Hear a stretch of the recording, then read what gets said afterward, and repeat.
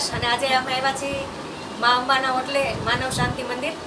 અંબાલાલ સાહેબ ખૂબ સરસ સેવા કાર્ય કરે છે, તો આપણે એમના મોઢે સાંભળીએ સાહેબ અહીંની જે સેવાકીય પ્રવૃત્તિના એના જે માહિતી છે તમારા મોઢે આપ સંભળાવો.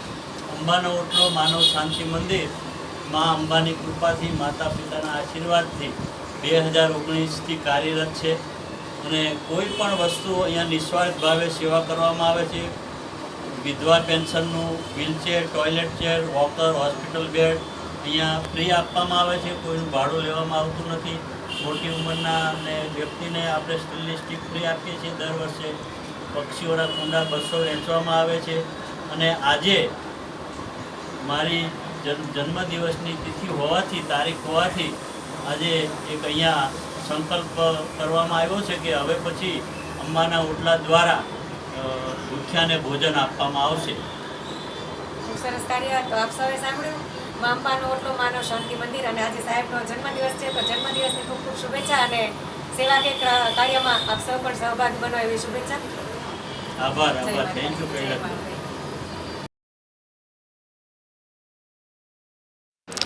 જય અંબે. મિત્રો, આજે કતારગામ સુરતમાં એક અન્ન ક્ષેત્ર સદાવ્રત શરૂ કરવામાં આવી રહ્યું છે. તેમનું આ દીપ પ્રાગટ્ય થઈ રહ્યું છે. સુરત કતારગામમાં અંબાનો ઓટલો માનવ શાંતિ મંદિર ચાલે છે, જેમનું સંચાલન શ્રી અંબાલાલ ઝવેરભાઈ સદાદિયા કરે છે. તો આજે દીપ પ્રાગટ્ય દ્વારા અન્ન ક્ષેત્ર સદાવ્રત શરૂ કરવાનો શુભ આરંભ થઈ રહ્યો.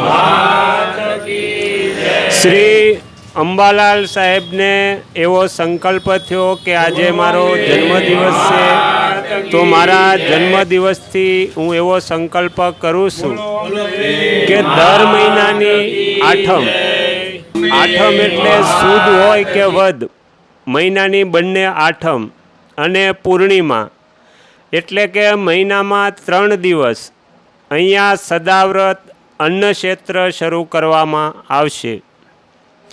તો અન્ન ક્ષેત્રનો સમય છે સવારે 10 વાગ્યાથી 1 વાગ્યા સુધીનો.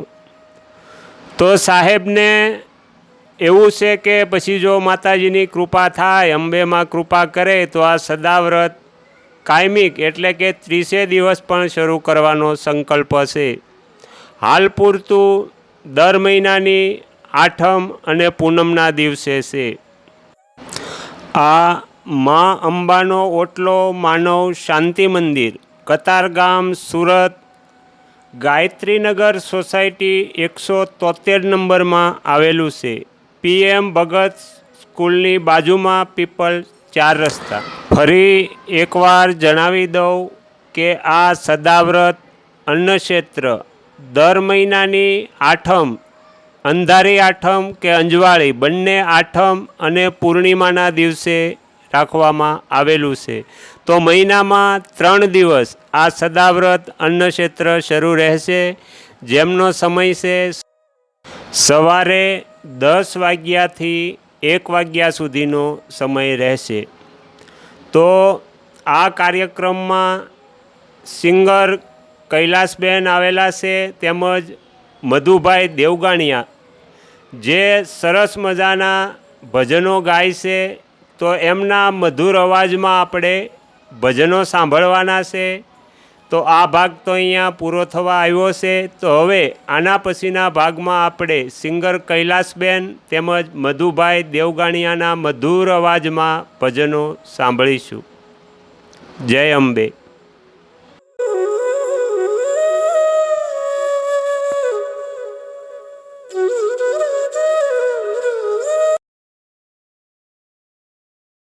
નક્કી કરેલું છે, સંકલ્પ લીધો છે કે 2 તિથિના દિવસે પોતાને ભોજન આપવું. 2 દિવસ નહીં પણ 3 દિવસ નહીં પણ આખો મહિનો અને 12 મહિના સાહેબ પોતાને ભોજન કરાવે એવી આજના દિવસે મારી શુભકામના. આગળના વિડીયો જોવા માટે આ ચેનલને સબસ્ક્રાઈબ કરો અને જો આ વિડીયો પસંદ આવ્યો હોય તો લાઈક કરો.